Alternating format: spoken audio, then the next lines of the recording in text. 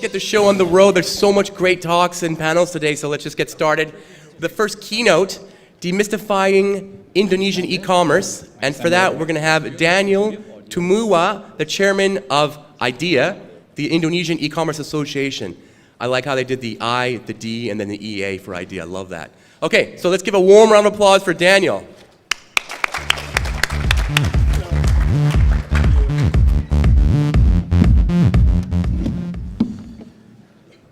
Halo, selamat pagi. Semangat pagi. Assalamualaikum warahmatullahi wabarakatuh. Nah, baru disapa. Good morning, everyone. Thank you for giving me time to share a little bit of what's happening, what we've been doing in the past year, or the title that I've been given to give insights about is Demystifying Indonesia E-commerce. So currently I head the Indonesian E-commerce Association. Many friends are attending the two-day conference, which is excellent. Thank you very much for having this again in Indonesia. Why we say this? Because I would like to kick off this session, which is only 15 minutes, that it's very exciting for us because in the last 10 days, we as an association have received 3 formal invitations to catch up on e-commerce by different ministries. Apparently, 10 days ago, our new president specifically mentioned that e-commerce is to contribute to the national growth of GDP and how best we can actually do that. So this week, a lot of the team, we have 8 vice chairmen, specifically drilling into specific issues like public policy, payments, SMEs, and all these things. They've been really, really busy, even till last night, till around 1:30. We're still exchanging documents that we're going to submit to the Ministry of Information today, and another document to the Ministry of Trade tomorrow. So just to kickstart that, there's huge opportunity coming forward, and it's going to be very, very busy. So just to quickly go through this, and I think I would try to summarize most of these slides by giving what we've seen and what we've heard from our members as well. The middle class, of course, as we all know, is a major driving force.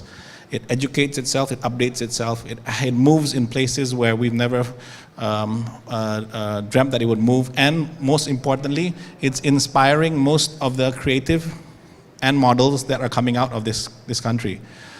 New marketing methods, new ways of doing business, it's all coming out because of the middle class. We call it the power of kepepet. Kepepet means no choice. People still believe that there's not much they can do unless they actually do something themselves. And the easiest, fastest, least amount of capital needed is to do something online. So this is what's pushing them to start and look at online as a sales channel for them. The urban market, which is the major market using e-commerce, has very different needs.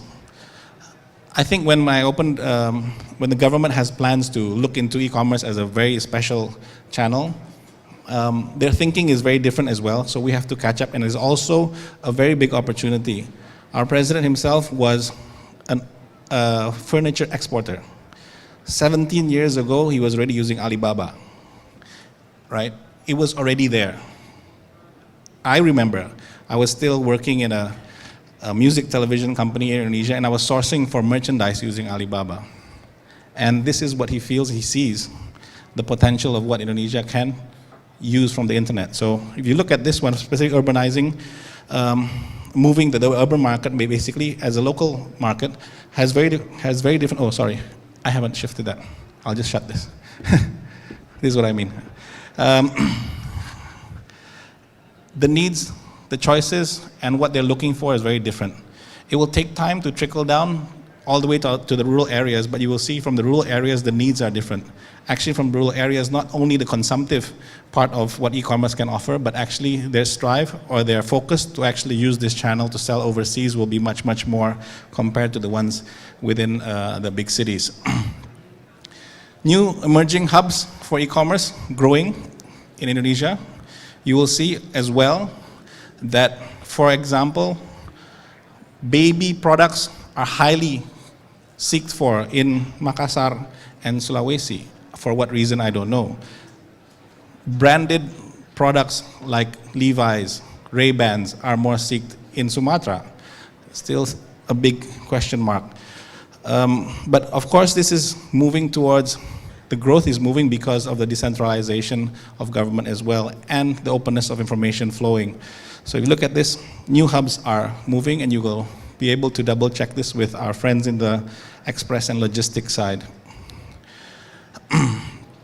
If you look at the growth, I think this is a chart probably or similar to this you have seen in the last day or so, that you see that this basically is the basic of why it's growing so fast. Accessibility.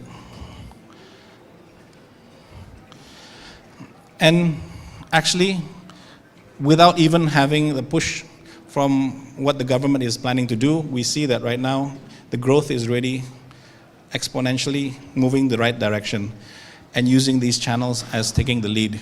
We see very soon what will tip is the social media and chatting channels will be introducing some form of payment and being able to make selling online very, very easy. Snap a picture and basically you're there. So this will drive growth and adaptation very, very fast as well. We've done some research as well last year, and we're going to do it again this year. And very interesting, we found some habits. And the big message on the next few slides would be not only the aggressiveness of the industry growing is related to usually their friends and socially, but the fact that if you ask anyone 2 years ago what the biggest issue was when they wanted to shop online, it was about trust. It was a lot to do about fraud. Takut. Yeah. Takut because the data is stolen, or they don't believe that they will get the product that they ordered. So there's a big shift on first-time shoppers. When they take that big leap in shopping, we've seen within the same week they would come back and shop 2 or 3 times. Once they've experienced what we already now have with the help of all the payment players, the convenience to actually shop online. So if you look at what that means, the driving forces on adaptation online is still these categories: fashion, mobile phones, consumer electronics, books and magazines, and groceries. And then, besides trust, 2 years ago, the issue was also price. Why I would shop online? Because of price. And of course, you'll see all these other reasons why.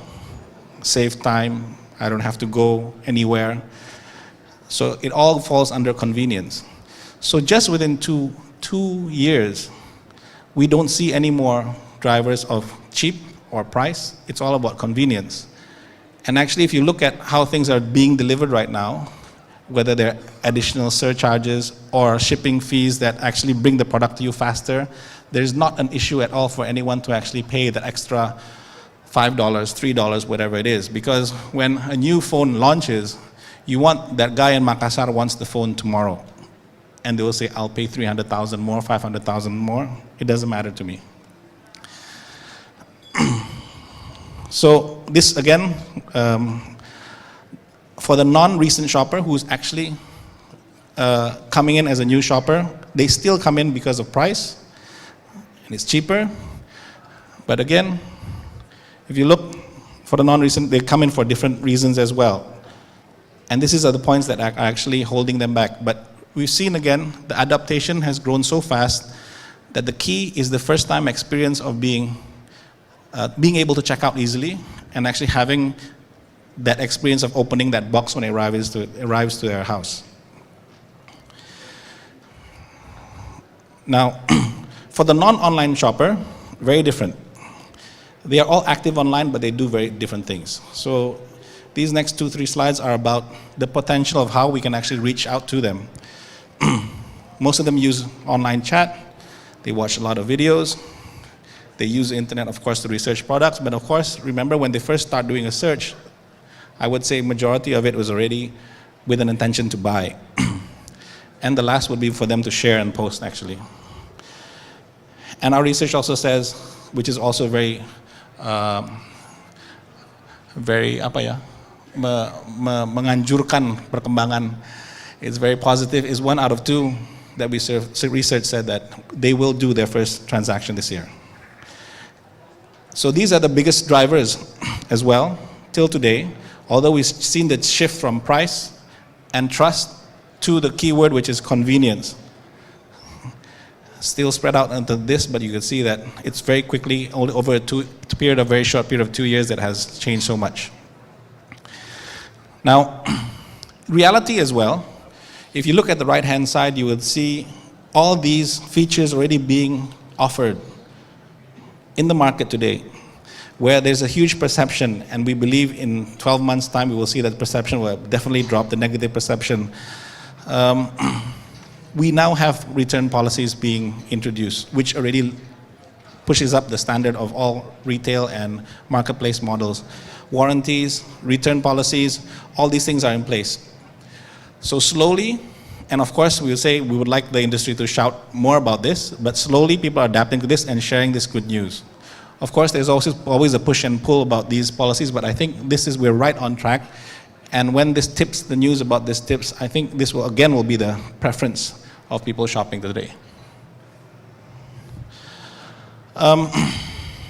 So the non-recent online shopper, the points that actually make them exposed or tips them over or gives them that small little nudge are basically these points, the online, on TV, and what they do actually after they have exposure to this. You've probably already seen that the e-commerce players have, if not matched, have reached over the advertising spend for TV. And if you see, like many markets outside of Indonesia, like 4 years ago, when you land in India, for example, the first 5 billboards you see will be online or e-commerce players. Very soon you will see, we have already seen 2 or 3 of them already on the way to the airport, and you will see next year the amount of advertising being pushed to the market to find their position in e-commerce space is extremely large. And I think, as our next presenter also will underline this and go deeper into this, the advancement of payment is also a huge driver. The players, the startups, and the banking industry, the government is starting to understand why we're so particular about payments and why we're fighting so hard. We're all fighting in a situation where a lot of people and the people in government are still thinking about banking. And the banks, unfortunately, still drive this. So our fight right now is still to push. That is a huge difference about talking about payments and banking. We love payments. We have no interest in banking. The idea is just to get money from this side to that side. And the non-bankable, unbanked market is just too big to wait to actually use the internet to do their transactions. So those figures basically and those slides gave you a snapshot of where we are today. But I think what's important, what I was asked to do is to share, and what I wanted to do is just to share 3 points that are the underlying approach that we think that will basically grow this very, very fast. I think I opened with 1, the fact that in the past, when Visa and MasterCard was accepted, people used it to consume. Very differently, the approach right now, we're introducing the fact that more payments are coming in. For example, Alipay will be launching in Indonesia, and the whole market is scared shit. What's going to happen? AliExpress coming in, we're all going to die. But the fact that Visa and MasterCard opened up the world for online merchants to take payments and to actually start selling cross-border from Indonesia was, I think, taken for granted. And after discussing and actually putting down a piece of paper and a recommendation as well, I think right now the market has changed in the sense of by accepting payments such as Alipay, it suddenly exposes your product, your website. If you design it right to a market that is the Chinese market, suddenly you're not selling to Indonesian, you're not selling to that market that we showed today. You're selling to the whole of China and the rest of the world, who has Alipay access.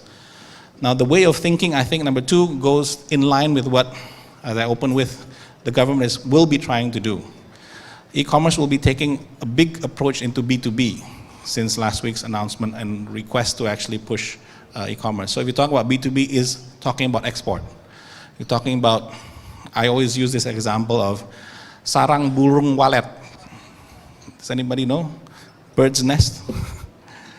And that market in China, if you've been in that business for 10 years, you'll know that all purchases are online.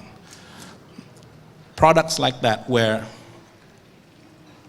these local specialties like kopi luwak, furniture, all these things will start to really, really grow because the government will be pushing. When the government pushes that, it means trickle down to the financial institutions, micro loans, all these things will automatically move forward. So if we look at the window for the startups, there's a huge opportunity to look at how you enable, when you talk about SMEs, and we're focusing on SM and not the S's on the SMEs. If you look further down to the rural areas, it may not look as flashy as you're doing your startup in Jakarta, but that's, I think, is real opportunity. So that's number two. And I think the biggest underlying problem for a B2C or B2C platform right now, or B2B2C, and which is actually still holding back the e-commerce to really tipping in a mass way, is the keyword that we usually use is basically an issue of merchandising. It is about merchandising. If you've managed to set up shop, you've managed to bring in traffic, you've managed to sell your product. People come in, they buy, they like your product, you fulfill your product very well. As we mentioned, people will come back and shop again 2 or 3 times that week. If they come back and find the same product over again, that's it. They will not come back again. So these models of aggregating marketplaces, classified ads, where people will come back and have something else to look at and potential to buy, will definitely take the lead. And the ability to have lots and lots of products to be offered is, I think, in the short term, something that's very important to look at when you're doing this, looking at your startup right now. So I hope those few things that I can share with the data and our insights of what's happening right now is useful to you, and we hope that you have a good day today, second day of Startup Asia. So thank you very much for your time.